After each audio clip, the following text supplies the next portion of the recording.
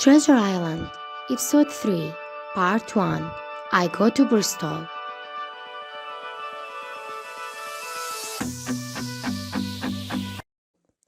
It took longer than 3 weeks until we were ready to go to the sea.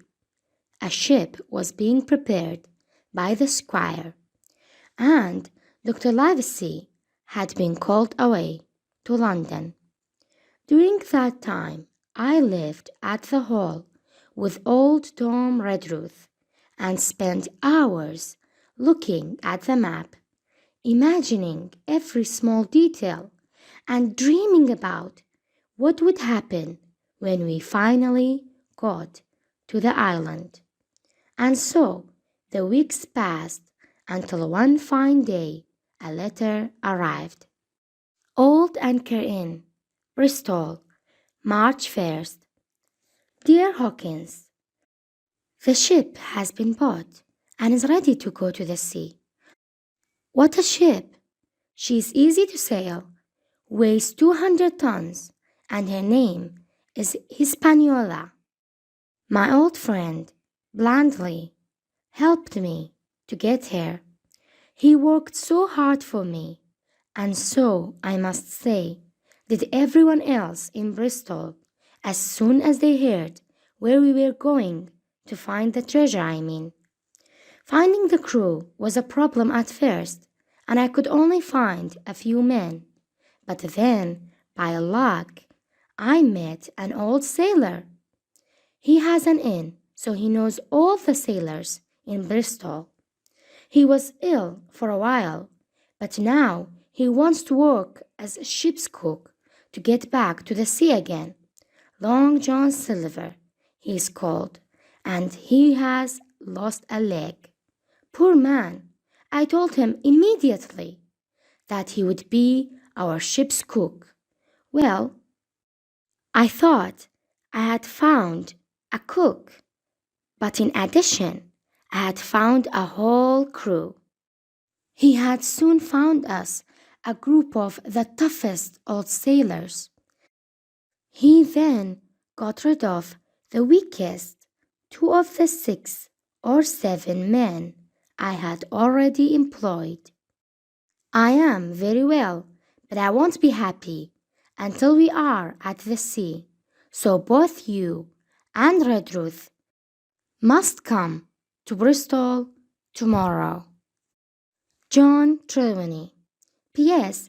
I forgot to tell you that Blandly, who will send a ship to look for us if we don't come back by the end of August, has found us a captain. He's a little too serious, but in every other way, he's an excellent man, a real treasure. Trelawney has been talking to people, I said to Redruth. Dr. Livesey will not like that. But I was very excited to hear the news that the ship was ready. The next day, I said goodbye to my dear mother and the little bay where I had lived since I was born.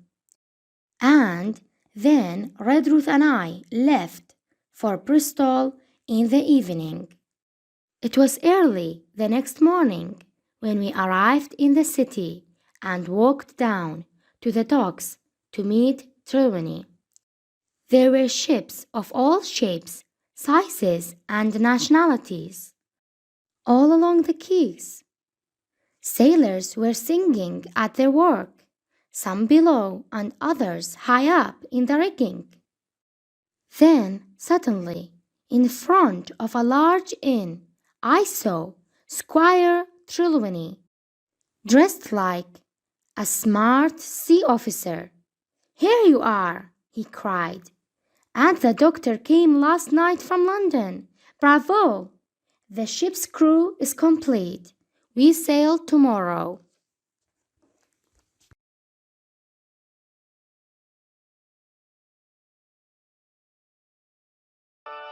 Treasure Island, Episode 3, Part 2.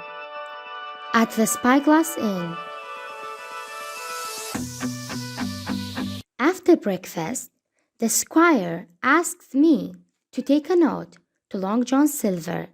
He told me to go to the spyglass and in at the other end of the docks. I went gladly because I was pleased to be able to see the busy port and all the ships again. The inn was full of loud sailors, and I was almost too frightened to go inside. As I was waiting at the door, I saw a man as he came out of a side room, and I thought he must be Long John Silver.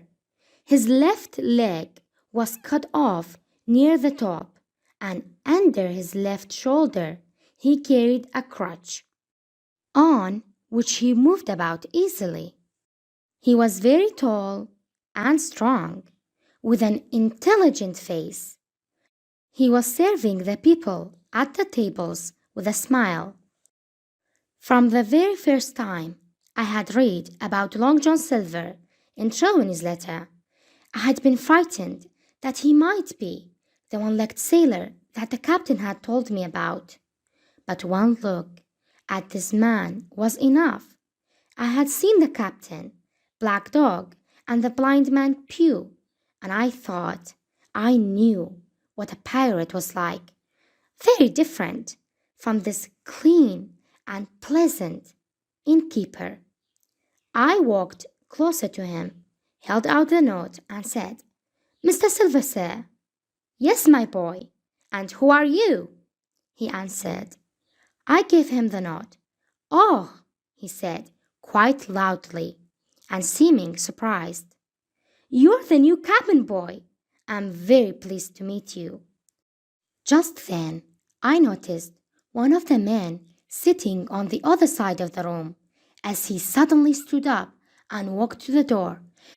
I recognized him at once. "Hey," I shouted. "Stop him. It's Black Dog. He's one of the pirates."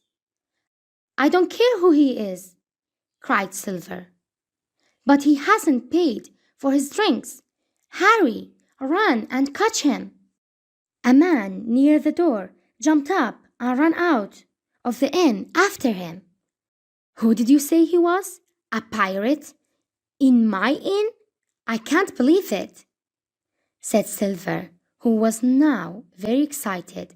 "Morgan," he called to a man sitting in the bar, "you were drinking with him.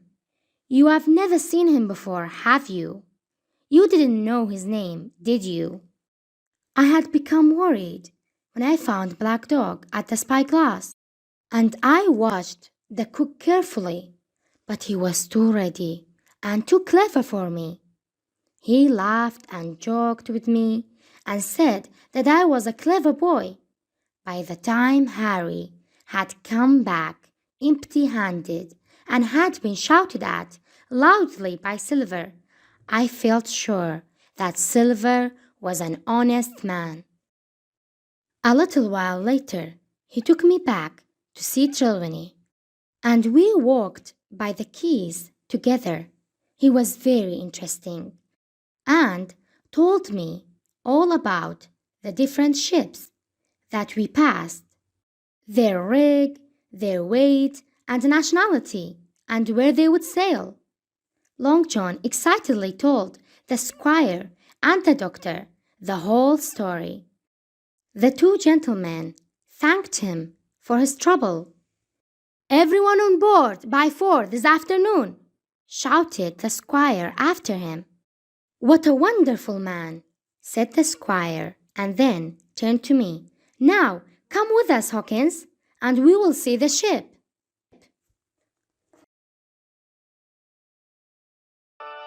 Treasure Island, Episode 3, Part 3, Captain Smollett.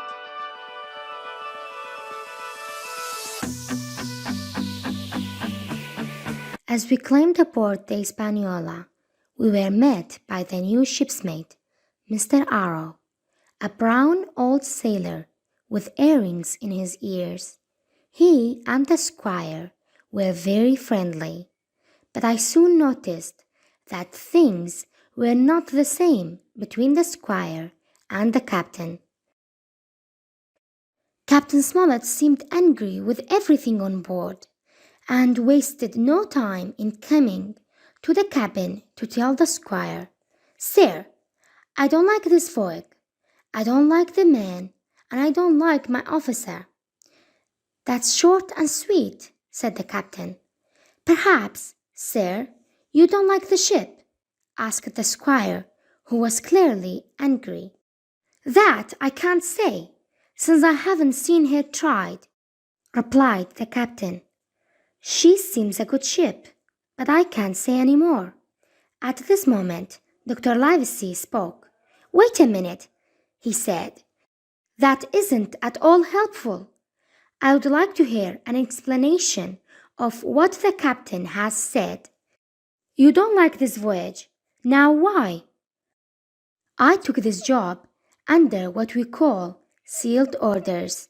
That is, I agreed to sail the ship without first knowing where we were going," said the captain. "But now I find that all the crew know more than I do. Next," continued the captain, "I hear from my own crew that we are going to find treasure. Treasure is dangerous, and I don't like treasure voyages, especially when they are secret."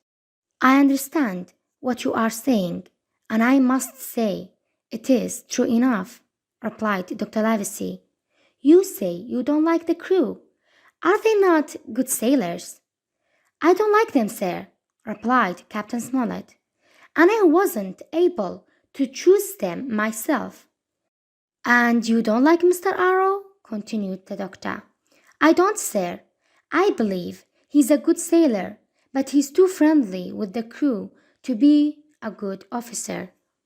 "Well, Captain," said Dr. Livesey, "then tell us what you want." "There are two things," said the captain. "First, the gunpowder and weapons should be put under the cabin near the stern of the ship, and not where they are now. And second, the crew you have brought with you should sleep at the back, near the cabin as well. And there has been too much talk already." "Far too much," agreed the doctor. "It is said that you have a map of an island," said Captain Smollett, "that there are crosses on it to show where the treasure is, that the island lies." And then he gave the exact latitude and longitude. "I never told anyone that," cried the squire. "The crew knew about it," said the captain. "Livesey, that must have been you or Hawkins," cried the squire. "It doesn't matter who it was," replied the doctor. "Well," continued the captain, "I don't know who has this map, but it must be kept secret even from me and Mr. Arrow." "I see," said the doctor.